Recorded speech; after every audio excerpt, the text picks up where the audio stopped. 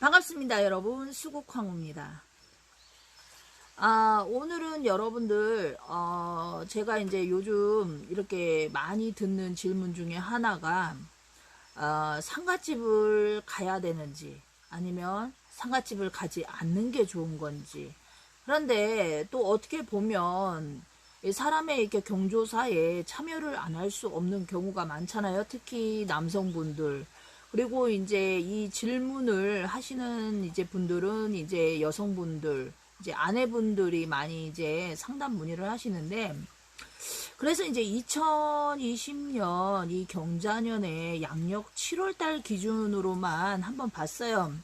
혹시나 이제 양력이 7월달 기준에 나는 이제 상갓집을 가야 한다라고 했을 때 과연 그래도 가지 말아야 되는 띠가 있다라면 어떤 띠가 있을까 하고 종합적으로 한번 봤거든요. 근데 양력 7월달에 이제 이 개띠하고요, 그리고 닭띠, 그 다음에 범띠, 좀 요 분들은 자신들이 피해를 입을 수가 있고요.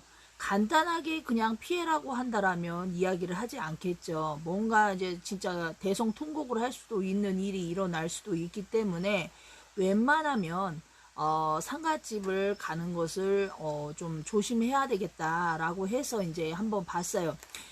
특히나 이제 이 상갓집에 이제 문턱에 이제 넘어서자마자 안 좋은 일이 발생을 하시는 분들이 있고요.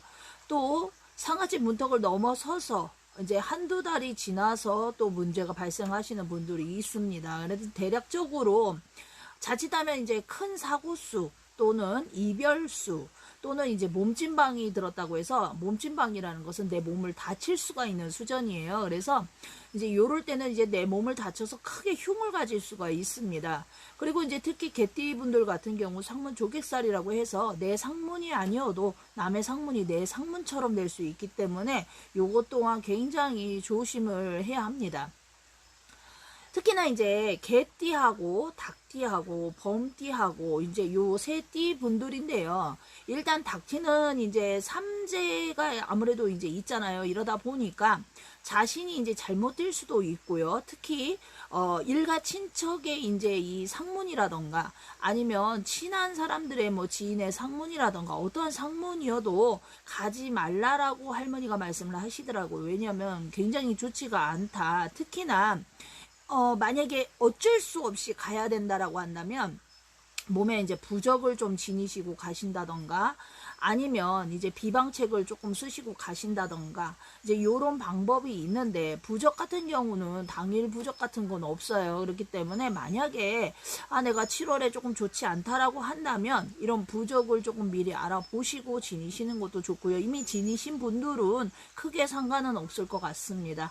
일단은 닭띠 분들 같은 경우에는요, 말띠 분들이나 이제 소띠 또는 범띠의 상갓집을 가는 것을 조심해야 된다. 이제 요 세 띠들의 혹시 상문을 가야 된다, 이제 상문조를 가야 된다라고 한다면 안 가시는 게 좋고요. 혹시나 가신다면 아까와 같은 비방책을 꼭 소지하시고 또는 숙지하시고 가시는 게 좋습니다.